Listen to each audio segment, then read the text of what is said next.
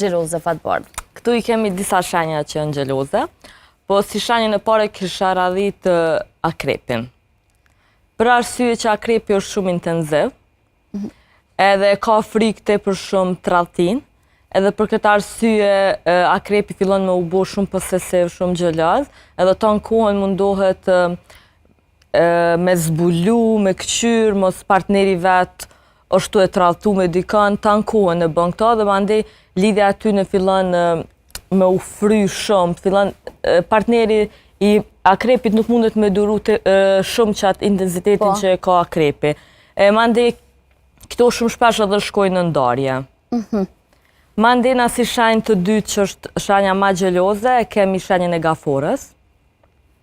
Për arsye që gaforja është shumë e dashtën, është shumë familjare, gaforja i friksohet për shumë braktisjes.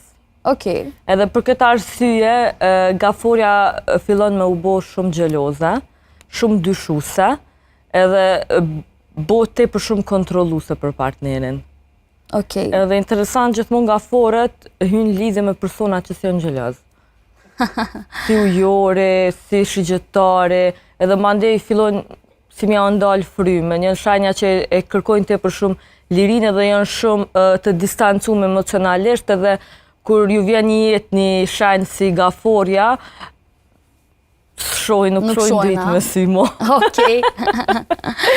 Mandej na si shenjë tre që është ma gjelozja e kemi demin.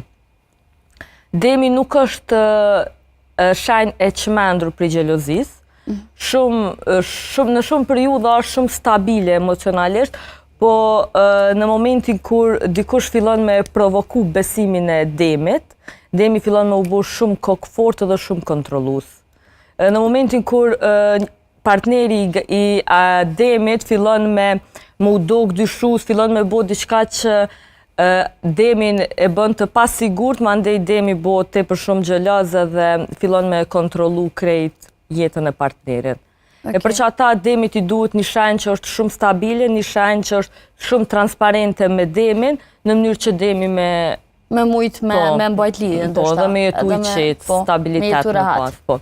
Mandej si shenjën e fundit të ma gjeloze, e kësha radhit luanin. Për arsye që luani kërkon shumë vëmendje, ka shumë ego, edhe momentin kur partneri nuk jep vëmendje që i ka jep në të kaluaren, luani fillon me undi shumë gjeloz, se menon që partneri vetë e ka gjetë dikën, po ndoshta partneri vetë gjatë qasaj periudhë është shumë i nxonën me punë, ndoshta vetë nuk është mirë emocionalisht, po sa një parë që i shkon mendje luanit është tradhtia. Nëse mu nuk ma jep vëmendje që ma ke jep gjithmonë, ti veç që tu tradhtu nuk ekziston diçka tjetër. E Bricjapi nuk e ka këtë gjoa? Bricjapi është, muj me thonë që është të shenjat e mesit që është gjeloze. Se edhe Bricjapi dhe nuk e shpreh shumë, e mban brenda vetes.